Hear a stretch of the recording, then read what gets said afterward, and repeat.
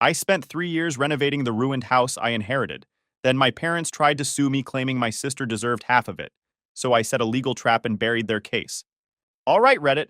After I spent 3 years working on that house, my parents showed up and demanded I sell it to give 50% to my sister because she deserved it. I told them to go to heck, and they lost their minds. Grab your popcorn. This is going to be intense. Name's Matteo, 28 male. I need to give you some backstory, because this level of entitlement doesn't just happen overnight. My family comes from Italian origins. My grandparents, Enzo and Rosa, came to Georgia in 1962 with nothing but suitcases and stubbornness. They bought this old Victorian house in Covington, spent 40 years putting everything they had into that place. 4 bedrooms, wraparound porch, hand-carved railings Grandpa made himself. The man could fix anything. Grandma kept a vegetable garden out back that fed half the neighborhood. They raised my father in that house, watched him grow up and move away, and slowly stop visiting. And then they got old there together, while everyone else forgot about them. When they died, 6 months apart because Grandma refused to live without Grandpa, the estate got split according to their will. My sister Katerina got $95,000 in cash from the life insurance policy. I got the house. Everyone acted like Katerina had won the lottery. See, the house had been falling apart for 15 years by then. Grandpa got too old to maintain it, and my father, Victor, couldn't be bothered to drive 20 minutes to help his own parents. He was too busy running his insurance agency in Newton County, too busy pretending he came from money instead of from immigrants who busted their backs their whole lives. By the time I inherited it, the place was condemned. I walked through it for the first time after probate and nearly fell through the kitchen floor. Black mold in every bathroom, so thick it looked like velvet growing on the walls. A foundation crack running the length of the house that you could fit your fist into. Knob and tube wiring from 1920 that the inspector said was one bad day away from burning the whole block down. Squirrels had basically set up shop in the attic. The back porch had collapsed entirely, just a pile of lumber and rust. The roof leaked in 14 places. The city had already sent notices threatening demolition if someone didn't bring it up to code. The appraised value at probate was $68,000, and most of that was the quarter acre it sat on. The structure itself was worth negative money. You'd have to pay a contractor 6 figures just to tear it down safely. Katerina took her cash and laughed, a full head-back cackle. Have fun with your haunted mansion, Matteo. I'll be at the Audi dealership. My mother patted her arm. You made the smart choice, honey. My father just looked at me and shook his head. Should have pushed for the cash split. Now you're stuck with that money pit. I didn't respond. I just looked at the deed in my hands and thought about Grandpa's face the last time I'd visited him. How he'd grabbed my wrist and said, "You're the only one, Matteo. The only one who understands." None of them got it. They thought Grandpa had screwed me. They thought he'd lost his mind at the end and made a mistake. But he knew exactly what he was doing. He left me that house because I was the only one in the family who actually cared about it. I was the kid who sat on his porch at 12 years old, learning how to refinish wood while he told stories about the old country. I was the teenager who drove down from Atlanta every other weekend to mow his lawn and check his pilot light. I was the adult who spent his vacation days cleaning out their gutters while my sister posted beach selfies from Destin. Katerina didn't even come to his funeral. She was in Nashville for a bachelorette party and said she couldn't get a flight back. That was garbage. I checked. There were 12 available flights that day. She just didn't want to ruin her weekend. So when Grandpa left me that rotting pile of problems instead of the easy cash, he was sending a message. He trusted me to save what my father had walked away from. I quit my apartment lease in Atlanta. I moved into a tent in the backyard because the house wasn't safe to live in. And I got to work. 3 years. Every weekend. Every vacation day. Every penny I made as a structural engineer at a consulting firm in Atlanta. I learned plumbing from YouTube videos. I taught myself electrical from library books. I ate ramen and peanut butter sandwiches while I saved up for the foundation repair that cost me $32,000 I didn't have. I took out a loan against my 401k. I sold my truck and bought a 15-year-old pickup that burned oil but ran. Where was my family during all this? Telling me I was an idiot. My father said I should sell the dump to a developer for whatever they'd offer and cut my losses. My mother said I was wasting my life on a pile of old wood. Katerina said nothing at all because she hadn't spoken to me directly in 2 years.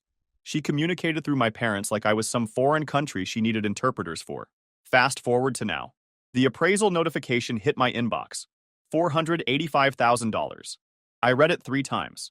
Then I walked through the house I had rebuilt with my own 2 hands and started grinning. Original hardwood floors, restored and refinished until they had that nice honey gold look. The clawfoot tub I'd salvaged from a demolition site in Decatur for $60 and spent 3 weekends refinishing.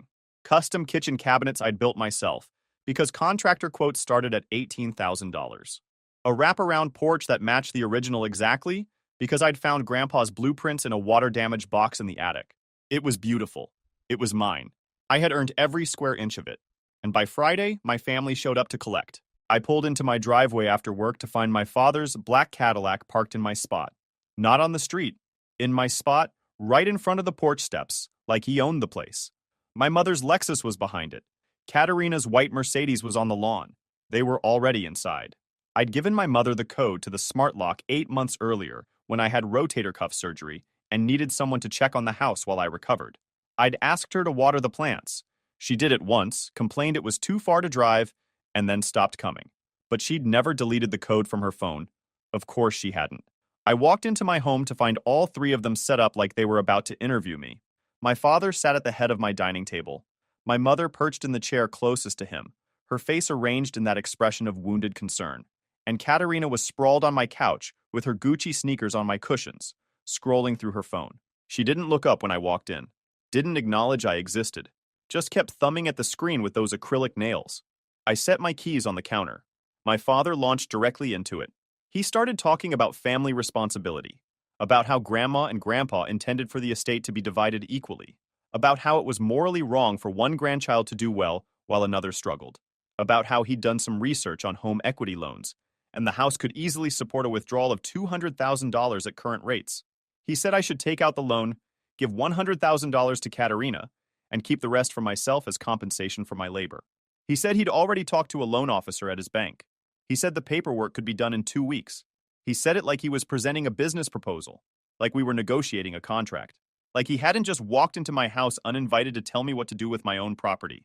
And if I say no, his jaw tightened. This isn't a negotiation, Mateo. This is what's happening. In my house, that I own, that I rebuilt with my own hands. You rebuilt it with family money, family property. I owe you nothing. I said it. Flat. Get out. The room went dead silent. My mother's face crumpled. Katerina looked up from her phone for the first time. I asked which grandchild was struggling, because from where I stood, I was the one who ate ramen for 8 months while saving for foundation work. I was the one who took on debt I'm still paying off. Katerina finally looked up from her phone. She said I was being dramatic, that I chose to do all that nobody made me live like a homeless person for some old house, that I could have sold the dump to a developer like Dad suggested and split the money with her like a normal sibling would. I asked her what she did with her 95 grand. She told me that wasn't the point. I told her it was exactly the point. She blew through her inheritance in 18 months. The Audi Q5 that she totaled 8 months after buying it and replaced with a Mercedes. The apartment in Midtown Atlanta that cost $2,400 a month. The trips to Miami and Nashville and Cabo. The designer bags and shoes and jewelry I'd seen on her Instagram. That was her choice. My mother started crying. The performance kind. She said that Katerina was drowning in credit card debt, that as the older sibling, I had an obligation to help, that this was what Grandma and Grandpa would have wanted. I told her to stop using dead people to guilt trip me. If they wanted Katerina to have the house, they would have left it to her. They didn't. They left her cash because they knew she'd blow through anything else. My father stood up. Victor is 6'2", 240 pounds of former college linebacker who never got over the glory days. He spent 30 years running his insurance agency through sheer force of personality, intimidation, yelling, making people feel small and stupid until they stopped arguing and did what he wanted. He told me I was going to take out that loan and give my sister what she deserved. He said it like it was already decided. I laughed in his face. You're delusional. Excuse me? You heard me? Get out of my house before I call the sheriff and have you removed. My father stepped toward me, close enough that I could smell his cologne. You ungrateful little... Finish that sentence, please. Give me a reason. We stood there for a long moment, him deciding if he wanted to swing, me hoping he would. Finally, my mother grabbed his arm and whispered something, and the moment passed. He called me an ungrateful disappointment on his way out, said he should have known I'd turn out selfish, said my grandparents would be ashamed of the man I'd become. I told him Grandpa left me this house specifically so it wouldn't end up in his hands. My father's face went purple. His shoulders tensed. But my mother grabbed his arm and whispered something He just pointed at me with one finger and said this wasn't over, that I had no idea what I'd started. They left. Katerina shoulder-checked me on the way out like we were in middle school. I changed the lock code. Then, I sat in my kitchen and drank 3 glasses of water because I don't drink and I needed to do something with my hands. I didn't sleep that night. Not because I was scared, because I was thinking ahead. I knew my father. He didn't make threats he wasn't willing to follow through on. Whatever was coming, I needed to be ready. The lawyer's letter arrived 4 days later. Certified mail. Return receipt requested. The envelope was thick and expensive, which told me my father had already spent real money on this. The letter accused me of fraud. It claimed I had conspired during probate to undervalue the property for my own benefit. It claimed there was an implied verbal agreement that I would share the house's equity with my sister once it was renovated. It demanded I establish something called a constructive trust that would give Katerina a 50% ownership stake in my home. If I didn't comply, they would file a lawsuit and put a lien on the property that would prevent me from selling, refinancing, or doing anything else with it until the matter was resolved, which could take years. I read the letter twice. Then I called the only person I knew who might understand how insane this was. Damien had been my best friend since sophomore year. We'd gone to Georgia Tech together, pulled all-nighters together, helped each other move apartments more times than either of us could count. He was also a contracts attorney who'd recently left his firm to start his own practice in Decatur. He wasn't a real estate litigator, but he knew people who were. We met at a wing joint in Decatur. I laid everything out: the inheritance, the renovation, the ambush, the letter. He read the demand twice, then set it down. He told me the legal argument was garbage. Constructive trust required evidence of an agreement, verbal or written, that I would hold property for someone else's benefit. There was no such agreement. I had text messages from 3 years ago where Katerina explicitly told me to enjoy my dump because she was glad she got the cash. The will was clear. The probate was closed. The appraisal was done by an independent firm appointed by the court. On paper, this case was a slam dunk. I should win easily. But Damien also told me that family lawsuits were different. They got emotional. They got ugly. Judges sometimes tried to split the baby just to make everyone go away. If my father was willing to spend money on lawyers, he could keep me tied up in court for 3 or 4 years. Even when I won, and I would win, I'd spend 50 grand or more in legal fees. I asked him what I should do. He said I needed someone meaner than me. He knew a real estate litigator named Samantha, who had a reputation for being ruthless. She didn't take cases she couldn't win, and she didn't lose cases she took. If my family wanted a fight, she was the one to have in my corner. I called her office the next morning. Samantha worked out of a converted Victorian in downtown Decatur. She was maybe 50, and the kind of stare that made you want to check if you'd done something wrong. I brought everything: the original will, the probate records, 3 binders of receipts from the renovation organized by date and category, before and after photographs, text messages, emails, every piece of documentation I had put together over 3 years of working on that house. She spent 90 minutes going through it, taking notes on a yellow legal pad. When she finished, she looked at me and asked one question. Who was the executor of your grandparents' estate? My father. She smiled. And he signed off on the original appraisal? The $68,000 valuation? Yes. Perfect. She leaned back in her chair. Your father just screwed himself. He certified that appraisal was accurate. Now he's claiming it was fraud. You understand what that means? He incriminated himself. He buried himself. The question is, do you want to bury him deeper, or do you want to let him crawl out? I thought about it for exactly 2 seconds. Bury him. She explained that my father, as executor, had signed off on the original appraisal. He had certified to the probate court that the division of assets was fair and accurate. He had taken a legal oath that he was administering the estate properly. If he was now claiming the appraisal was fraudulent, he was admitting to one of 2 things. Either he committed fraud himself by knowingly approving a false valuation, or he was negligent in his fiduciary duty by failing to properly oversee the process. Either way, he had just incriminated himself. If we pushed back hard enough, his own lawsuit could turn into criminal charges against him. I asked her what we should do. She said we counterattack.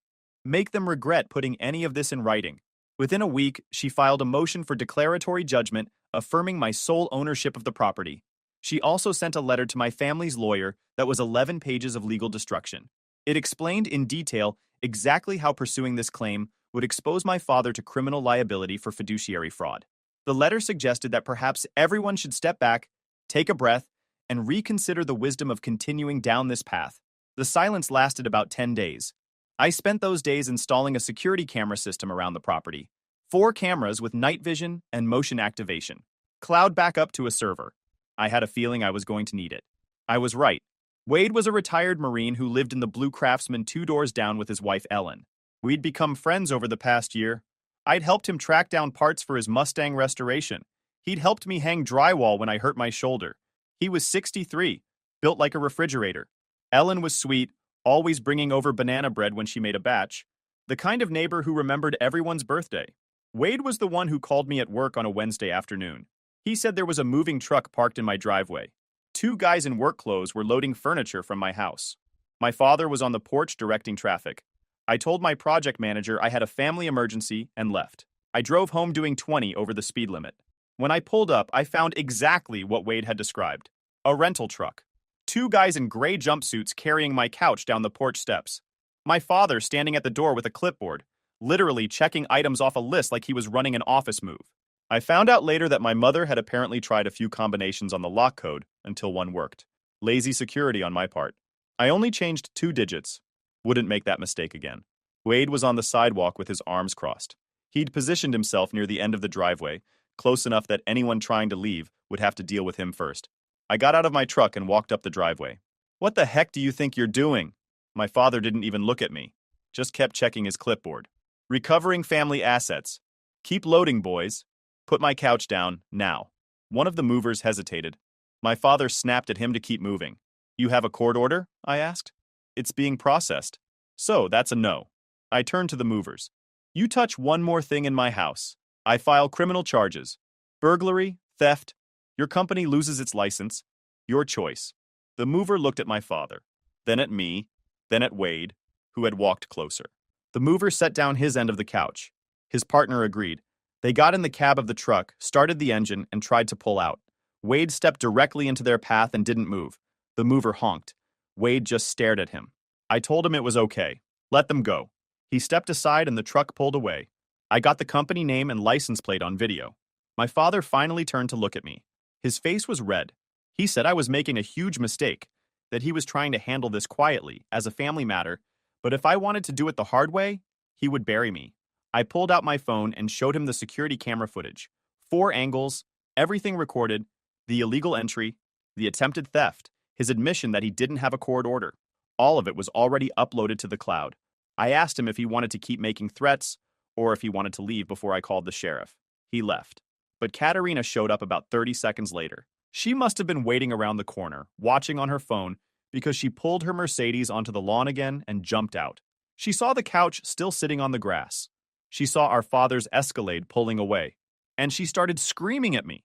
She called me every name she could think of, and my sister had a solid vocabulary when she was angry.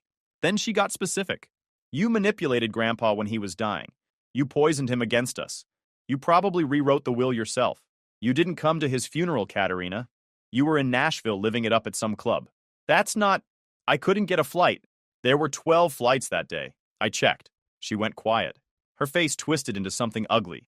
"You always thought you were better than me. Always the good grandson, the perfect son. Meanwhile, you're just a thief who got lucky. Get off my property. You've got 10 seconds. Or what? Or I have you arrested for trespassing. I'm sure Preston's family would love to hear about that."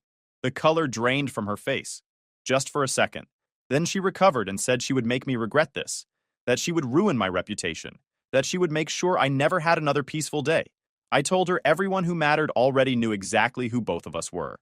I told her to look around at where she was standing, on the lawn of a house she had laughed at 3 years ago, trying to steal furniture from a brother she hadn't spoken to in 2 years, while her marriage to a trust fund kid slowly fell apart around her. I told her the only reputation getting wrecked today was hers. She didn't have a response to that. She just stood there, mouth open, trying to find words that wouldn't come.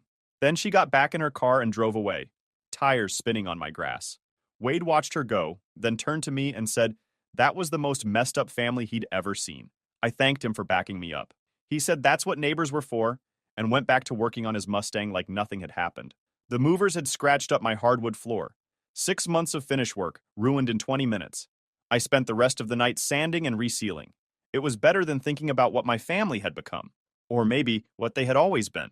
2 weeks after the moving truck incident, Damien called me with news. He'd been doing some digging, Something about my sister's story wasn't adding up. She claimed she was broke, drowning in debt, couldn't afford rent, but she was driving a new Mercedes. She was still posting vacation photos from places that weren't cheap. She was wearing expensive clothes and accessories. So he started pulling threads, making phone calls, checking public records. And what he found was interesting. "You sitting down?" Damien asked when he called. "Should I be? Your sister got married 14 months ago. Courthouse ceremony, Fulton County. Guess who the witnesses were?" "No idea." "Victor and Donna Ferrante." I was quiet for a long moment. They knew. This whole time, they knew. It gets better. Her husband is Preston Whitmore, the fourth, as in Whitmore Development, as in shopping centers all over North Georgia. She married money. She married a trust fund. And the trust has conditions. If his wife has assets, he loses his allowance. So guess who's been pretending she came from nothing? The pieces clicked into place. The secret marriage. The hidden in-laws. The desperate grab for cash that couldn't be traced. "She's not broke," I said. "She's running a scam." Bingo. Katerina wasn't broke. She was married. She'd gotten married 14 months ago in a quiet courthouse ceremony in Fulton County. No announcement, no reception, no family present except for two witnesses. Our father, Victor, and our mother, Donna. They had kept it secret from everyone else, including me. Her husband's name was Preston. His family owned a commercial real estate development company that had strip malls and shopping centers all over North Georgia. Preston himself wasn't particularly accomplished. He had a business degree he'd never used, and a lifestyle funded entirely by family money. But his trust fund paid him somewhere around $8,000 a month. The marriage had been kept quiet for a specific reason. Damien had a contact at a family law firm in Atlanta who owed him a favor. Through that contact, he learned that the Whitmore family trust had conditions. If Preston married without family approval, his monthly allowance got cut in half. If his wife had significant assets or came from a family with significant assets, the allowance could be eliminated entirely. The trust lawyers did annual financial reviews of all beneficiaries and their spouses. Katerina had told the Whitmore family that she came from nothing, that her parents were working-class insurance people who lived paycheck to paycheck, that she had no inheritance, no family wealth, no assets of any kind. She said her father's business was struggling and her mother had health problems. She painted a picture of herself as a scrappy, self-made woman who had overcome tough circumstances to build a career in marketing. All of it was lies. My father's agency was profitable. My mother played tennis 3 times a week and had never been seriously ill. And Katerina had burned through $95,000 in inheritance money like it was nothing. She had invented an entire fake background to marry into money. She had lied her way into a wealthy husband. And now she wanted me to give her $100,000 in cash so she could have it without disclosing it to her husband's family attorneys. If they found out she'd received that kind of money, they'd start asking questions that would unravel the entire mess of lies she'd put together. It wasn't about our grandparents' intentions. It was about my sister running a con on her in-laws and needing me to help her hide the evidence. My own parents had helped her do this. They had attended her secret wedding. They had lied to the Whitmores about our family's financial situation. They had enabled every step of this fraud. And then they had the nerve to call me selfish for not playing along. I sat with that information for a long time. I thought about calling my parents, confronting them, asking how they could lie to my face, accuse me of fraud, try to steal my furniture while hiding their daughter's secret marriage from me. But I already knew what they'd say. They'd turn it around on me. So I called Samantha. I told her what Damien had found. I asked her if we could use it. She was quiet for a moment. Then she said yes. This changed everything. If my sister was claiming financial hardship as the basis for her constructive trust demand, she would have to prove it, under oath, with documentation. And if she lied about her marital status or her actual financial situation, that was perjury. Samantha filed a motion to compel full financial disclosure. Every bank account, every credit card, every asset, everything. My family's lawyer tried to block it. Samantha tore his arguments apart. The judge granted the motion and scheduled a deposition. The trap was set. The deposition was scheduled for a Thursday morning at Samantha's office. Their lawyer looked like he was in over his head and knew it. My dad and Katerina showed up. My mother didn't come. I sat in the corner of the conference room and watched Samantha work. She started gentle. Questions about Katerina's living situation, her income, her monthly expenses. She let Katerina tell her story about struggling to make rent, about being behind on credit cards, about the stress of watching her brother live in a mansion while she could barely afford groceries. Katerina was good at this. She had practiced. Her voice caught at the right moments. Her eyes got watery. She was playing the victim role she had been doing her entire life. Then Samantha asked about her marital status. Ms. Ferrante, are you currently married? Her face went still, just for a second. A flicker of something that might have been panic, before she pulled herself together. I don't see how that's relevant. Samantha pulled out the marriage certificate, slid it across the table. Are you married to Preston Whitmore? Katerina looked at her lawyer. He looked at my father. Yes, Katerina finally said. I'm married. And you didn't disclose this in your original filings because it's a private matter. A private matter. Samantha nodded. Let's talk about your husband's income. That's when things got ugly. Samantha asked about Preston's income, about the family trust, about the monthly distributions, about the financial disclosure requirements in the prenuptial agreement. Katerina's lawyer objected, said this was beyond the scope of the proceeding. Samantha said it was directly relevant to the claim of financial hardship. If the plaintiff was receiving significant financial support through her spouse, that contradicted her assertion that she needed emergency funds from the defendant. The objection was overruled. Katerina had to answer. It took her a long time. Long. She tried to be vague. Samantha pinned her down on every detail. How much did Preston receive monthly? Approximately $8,000. Did Katerina have access to those funds? She lived in a house Preston owned and drove a car he leased. Did she have any personal expenses that weren't covered by her husband's income? She hesitated, said she had credit card debt from before the marriage. Samantha asked her to specify the amount. Katerina said she wasn't sure exactly. Samantha pulled out the financial disclosure forms Katerina had submitted with the original lawsuit. The forms where she had sworn, under penalty of perjury, that she was carrying $67,000 in credit card debt and had no significant assets or income. Samantha asked if those figures were accurate as of today. Katerina looked at her lawyer. He nodded. She said yes, they were accurate. Samantha produced a folder of credit card statements, bank records, financial documents she had subpoenaed from 3 different institutions. The records showed that Preston had paid off $45,000 of Katerina's credit card debt 3 days after their wedding as a gift. The remaining balance across all her accounts was currently $11,800. Not nothing, but a long way from the drowning in debt story she had been selling.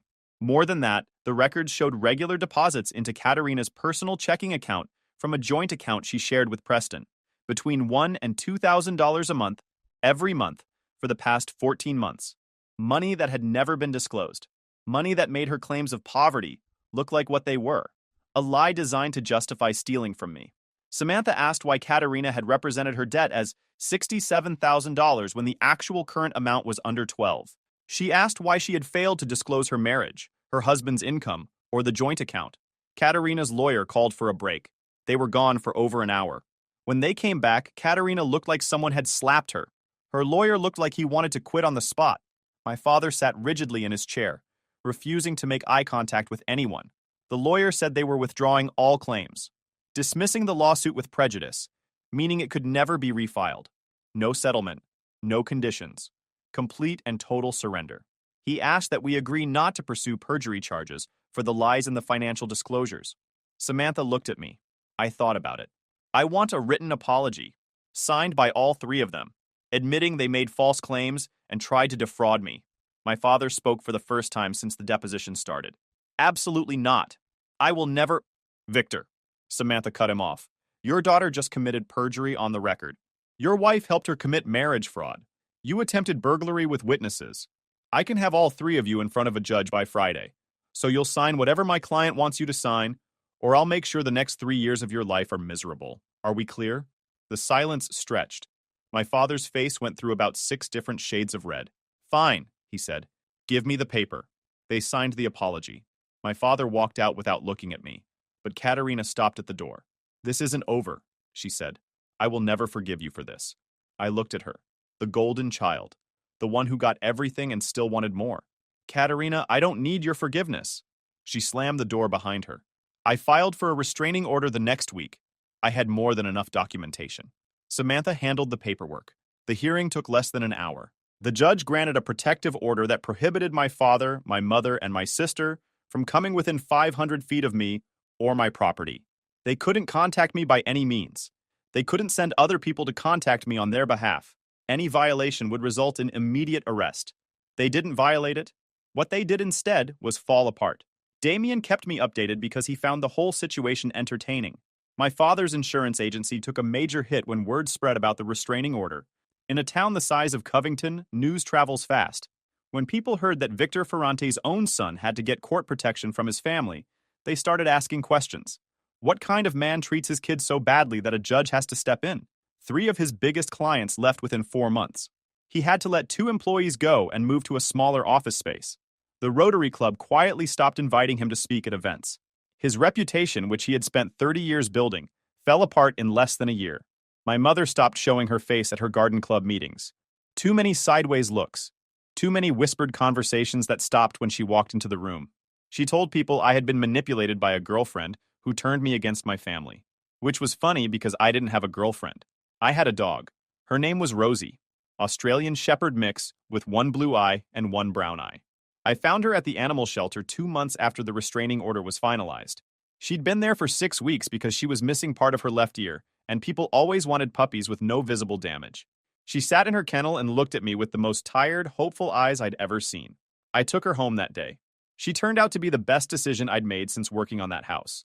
She just wanted to go for walks and sleep on the couch and bark at squirrels in the backyard. Always waits for me by the door and starts jumping once she sees me coming back from work. Katerina's marriage lasted another 8 months. Preston's family eventually found out the truth. Not about the lawsuit, about everything. The lies about her background, the hidden debt, the secret settlement with me. One of the family trust attorneys found the signed apology during a routine records review. The prenup had a fraud clause. When they used it, Katerina got nothing, just her clothes and whatever she could fit in her car. Last Damien heard, she was living in a 1-bedroom apartment in Marietta, working at a property management company. Not Mercedes anymore. Not vacation photos. Just dealing with the consequences of her own choices. Wade finished restoring his Mustang about 6 months after everything settled. Cherry red with white racing stripes. Beautiful machine. He lets me drive it sometimes when I help him with projects around his house. Ellen still brings me banana bread whenever she makes a batch. They've become something like the family I should have had. Damien comes down to Covington every few weeks. We grill steaks in the backyard. He says I'm his favorite client because I actually pay my referral fees. The house is still standing. Still looks great. I added a vegetable garden last spring in the backyard, right where Grandma used to grow her tomatoes 50 years ago.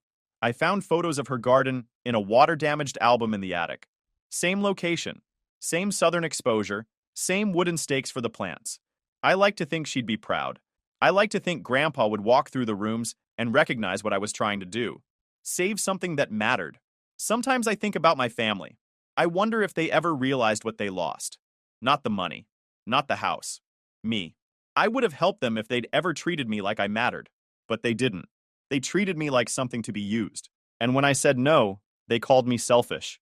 I'm sitting on my porch right now. Rosie's asleep at my feet. The sun is going down over Covington. My neighbor across the street is watering his lawn. Kids are riding bikes. It's quiet. Life's finally peaceful. If you enjoyed this video, please hit that subscribe button. It really helps the channel and help us bring you more and better stories. Thanks.